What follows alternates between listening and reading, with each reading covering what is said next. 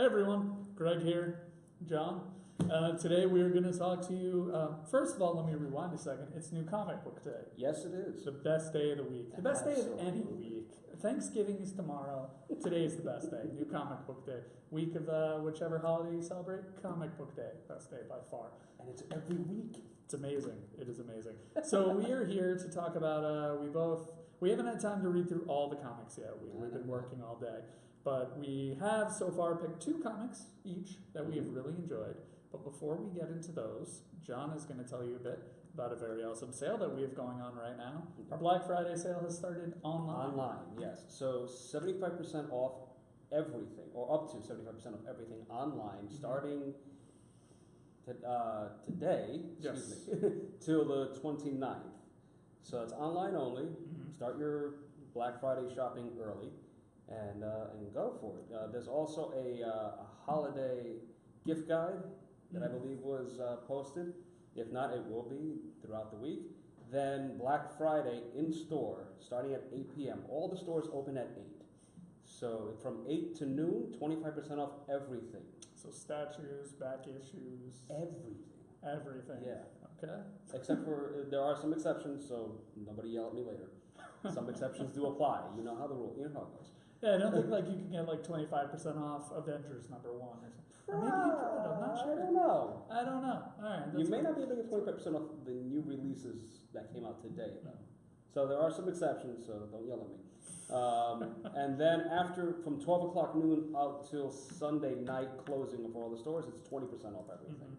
So the big savings, 25% off 8 a.m. to noon on Friday. So definitely get into the store, do some shopping early.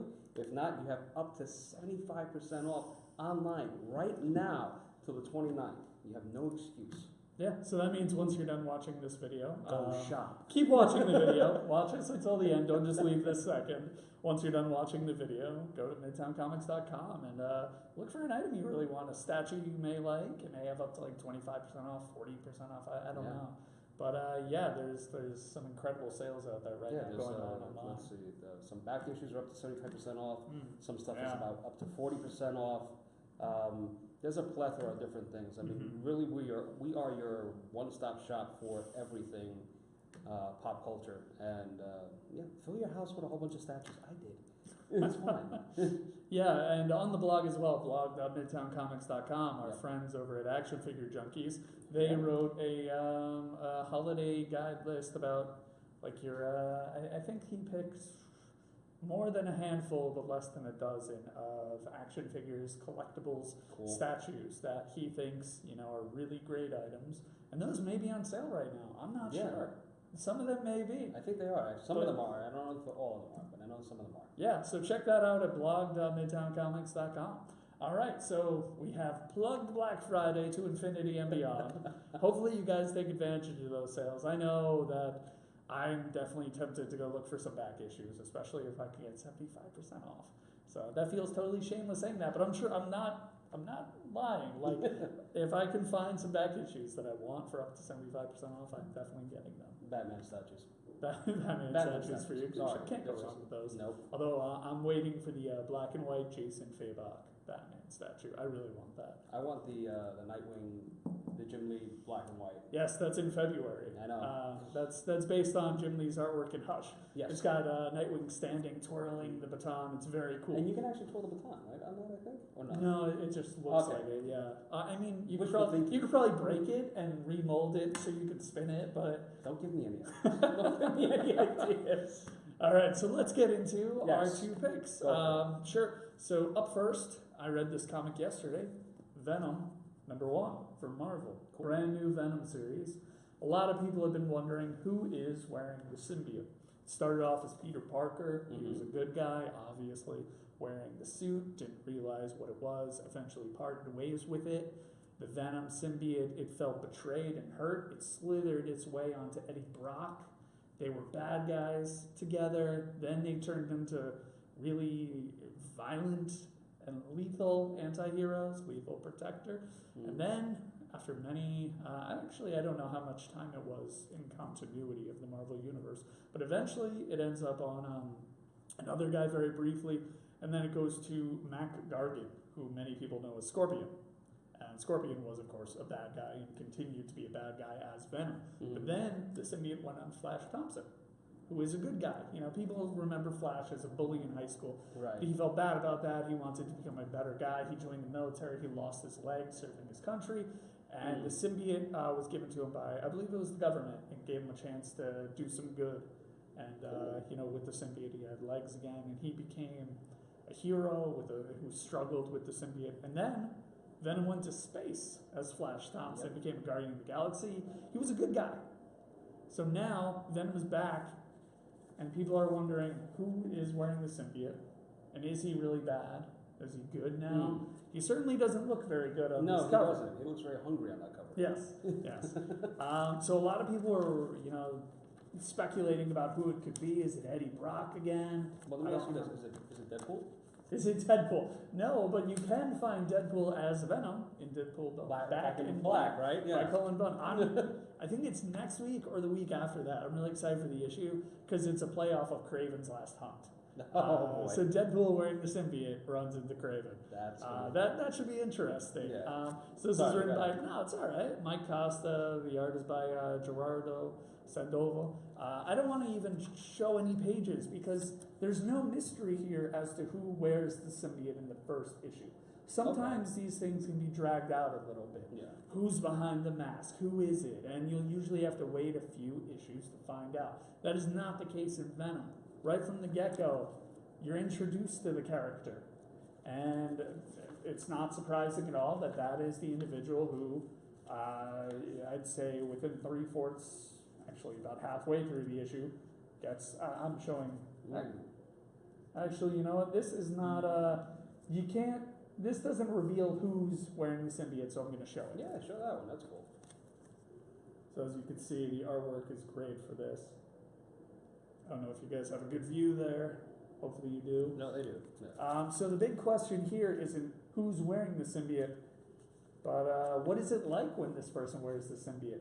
Venom was a good person recently, and now is this person a good person as well? Do they want to team up with Venom to make the city a safer place? Do they want to abuse the powers for their own personal gain? No matter how the person is, how will the symbiote react to this host? That is the focus in this issue. And there's a great Simpy wrote, I'm going to, in the back here, obviously they don't have any letters yet, but this whole thing, no matter how you feel about the issue, if you get it, read this. It shows that there's obviously a lot of passion for the character and the character's history. And it seems like a lot of familiar faces are going to show up. One already did in this issue, I don't want to say who, but it did not go the way I expected, and I'm definitely interested in seeing how the rest of it plays out. And I love the artwork, and really, really enjoyed it. I look forward to reading that. Yeah. So what's one of your picks? Ooh, one of my picks. One of my picks today is The Flash, number 11. So this is Speed of Darkness Part 2. Okay. So basically, in this issue, Wally West is missing.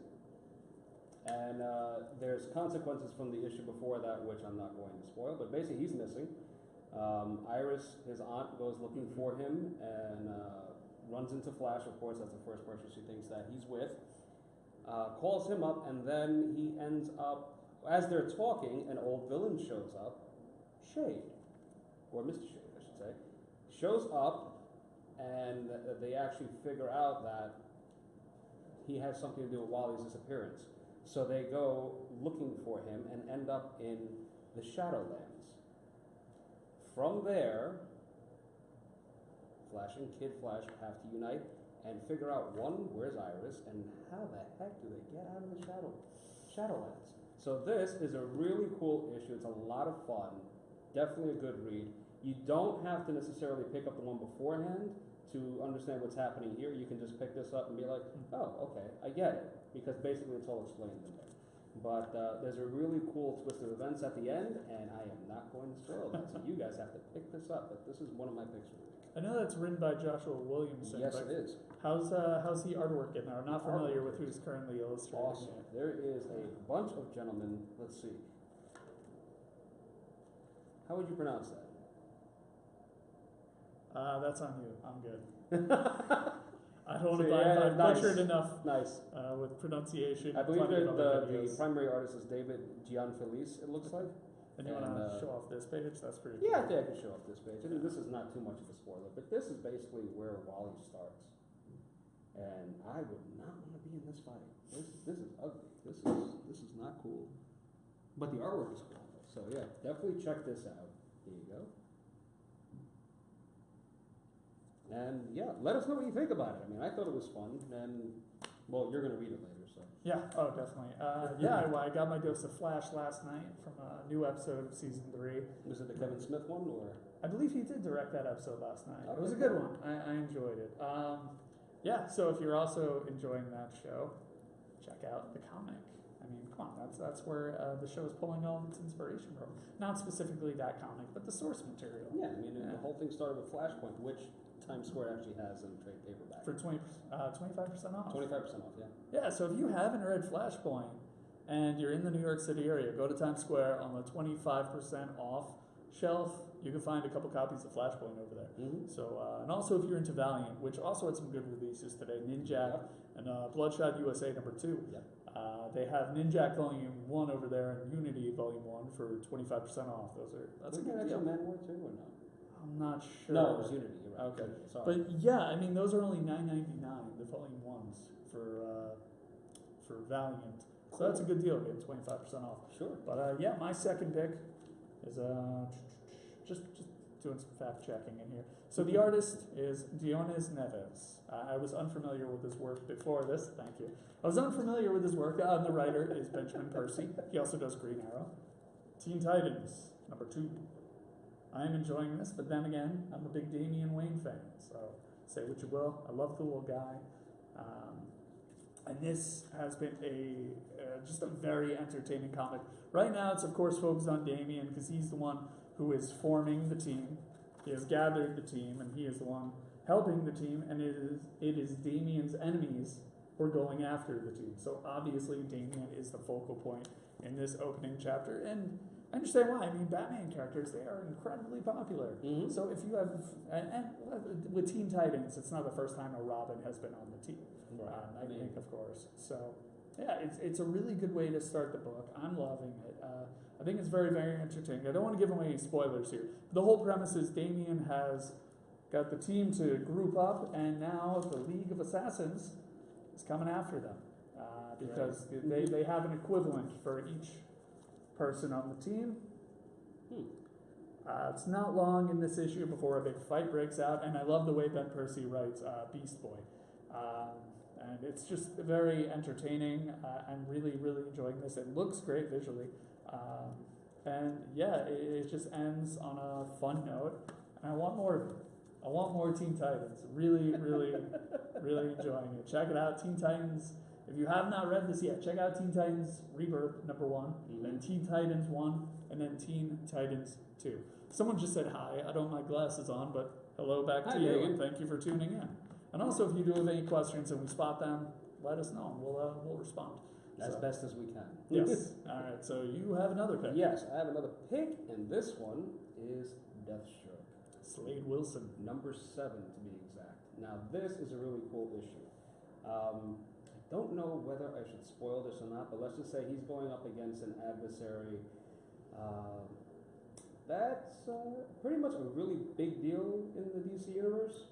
Is it a Kryptonian named Cal? It could be. Could be a big boy, a big blue guy? Big blue Boy Scout.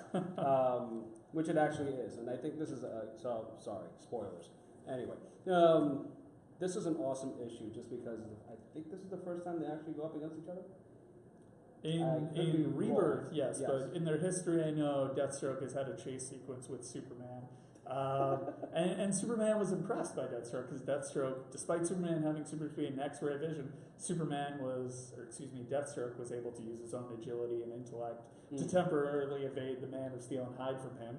It was a game of cat and mouse. It didn't last very long, but Deathstroke was momentarily able to, elude the Man of Steel, and that's a huge achievement. Yeah. The cool thing about this is that it actually opens up with Superman getting his orders to bring in Slade Wilson. And if anybody knows, obviously, from a bunch of other titles and series. Superman is not the type to work for the government per se. He's a man of the world, so he's. But there's a character in here, and I won't give that part away, that literally tells Superman, and I quote, you pinned the cape on, you have the S on your chest, go do your effing job. That is literally what Christopher Priest wrote in this book, which is awesome. Just to have somebody, a human, tell Superman, go do your effing job. It's like, what? How is this possible? So yeah, definitely pick this up because it's only going to get better. I'm not going to tell you what happens in this book. Just know that they're pitting it. Basically, Christopher Priest is pitting Deathstroke against Superman in this book, and I'm pretty sure that the next one is going to be completely and utterly action-packed. If there's no words in it, I'd be okay with it. I'd just be like, let me just flip through and watch all the action. But definitely something to pick up. Cool. And there you go. So yeah, once again, obviously there were so many comics today. We haven't had a chance to flip through all of them yet or read all of them. Scott Snyder and Jeff Lemire, AV After Death, Book 1. It's $6, but it looks like it is worth every single penny. It's a really big comic. The way it's printed is great, and there's literally and figuratively. so many pages. Than these. It's like this. Yeah, Scott wrote it. Lemire illustrated it. That's a huge release, and I know that they're donating some of the proceeds to a comic creator project, which will help people. So that's really cool. So that's really cool. Yeah, there were 2 new Valiant releases plus a trade. There were so many other big releases. I know Marvel had the penultimate issue of Civil War 2, chapter number 7. This finally has the big clash between Captain Marvel and Iron Man. If you're following other Marvel comic books, you see what life is like after Civil War 2, but it's still cool to see how it's all going to play out. Just because you know the ending doesn't mean you know. Just because you know what happens afterwards doesn't mean you know how you got there. True. And if anything important happens along the way. They also had IVX 0 released today, no? Or is that? I believe that's next week. Next week. Yes. Sorry. That's okay. Yeah, that's Marvel's next big event, IVX, and Humans versus X-Men. So I'm very curious to see what Marvel's going to do with that. Yeah. I believe those pre-orders are available on our site now. Right? They are, actually. IVX 0 is available now for order to be for next week. IVX number 1 is available for pre-order already. And 0 pretty much sets or plants the seeds to what is going to happen in this whole saga. So I'm really looking forward to seeing how this is going to play out. Yeah, and Marvel also announced today there's, I think, 3 new Inhumans comics. There's Royals, which focuses on the team. There's a Black Bolt one. And there's also Secret Warriors, written by our friend Matthew Rosenberg. Oh, cool. We're going to have a signing with him late December for Rocket Raccoon number 1. Yep.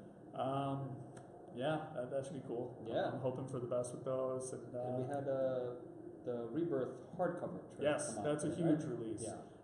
If you, let's say you want to get into the world of comics, you're unfamiliar with what's been going on with DC, or you don't know where to start, DC Rebirth Universe, or is it DC Universe Rebirth Special number 1? It was written by Jeff Johns. It was illustrated by a bunch of incredibly talented people, Gary Frank, Ethan Van Sciver, a few others, I believe. It is just an incredible issue. DC Rebirth is going back to what people love about these characters. New 52, say what you will about it, they took a risk. They thought, how can we redo this universe? Right. What kind of fresh spin can we put on these characters? Do a new twist on all that. And opinions were mixed. And now, after a little while, they're going back to, they listen to a lot of their fans, and they're trying to deliver what fans really want. They want to see more classic incarnations of these characters. Yeah. They want to remember why they fell in love with these characters. And Jeff Johns worked with each creative team in the beginning to set a path for each title. And so far, it definitely seems like it's paying off. Oh, definitely. I'm really enjoying it. As you can see, 3 of our picks are DC. DC Rebirth. And that's not a jab at other publishers, obviously, but they're just doing stuff very well right now. Yeah. And they deserve the success. It's been great. And Marvel, it's interesting. DC and Marvel are kind of doing the opposite thing right now. Well, DC is moving back to what people originally loved about these characters and trying to tap into that and tell new stories with these characters. Marvel is saying, how can we do a fresh approach to everyone? Right. All the classic characters still exist, like Eddie Brock. Whether or not he becomes Venom in this, I'm not going to say. But before this, he's currently Toxin. Yes, Toxin. Toxin. I don't know why I went blank there. That's He was anti-venom before then, it was Toxin. Wolverine, for example, he may not be Wolverine, but he's Old Man Logan. right. Wolverine is currently X-Wing 3. Thor, for example, Thor is no longer Thor Odin's son, but Thor has his own comic elsewhere. Right. So they're doing changes, but they're still trying to deliver stuff with their core characters, these Mhm. iconic characters. So they're doing things very differently, and it's all a matter of, do you like the creative team behind it? Because when I started reading comics, for me, it's all about the characters. Yeah. I looked for Batman comics, Deadpool comics, Spider-Man comics. I didn't even pay attention originally when I was reading to who the writer and artist was. Mhm. Shame on me. And then I quickly learned, in the right hands, any character can be amazing. Yeah. So definitely following characters is understandable, but also look out for creators and follow the creators. Definitely. And that'll help you find some new characters, some new teams, some new franchises, and there's plenty of great stuff out there just waiting to be read. Mm-hmm. Yeah. So just as a reminder, Black Friday sale currently going on online, up Yep. to 75% off Right. everything online right now. So be sure to check out midtowncomics.com for that. Mhm. And then on Friday, we of course have Black Friday sales. Do you want to go over that one more time? Sure. All the stores open at 8 a.m. So from 8 to 12 or 11:59, if you will, everything is 25% off in store with some exceptions, as always. After 12 o'clock, from 12 o'clock until Sunday night when we all close, it's 20% off everything. So that is the in-store sale. Online, 75% off everything, up to 75% off everything online. Again, some exceptions may apply. On now till the 29th. So definitely go check them out. And like I said, get some shopping done early, get some comic books to read while you're in between sessions of eating tomorrow. Enjoy the food, enjoy the reading, and be safe and be good to you guys. What do you say? Be good to each other. There you If go. you're celebrating Thanksgiving, have a happy holiday. And we'll see you next time. Thank you so much for watching.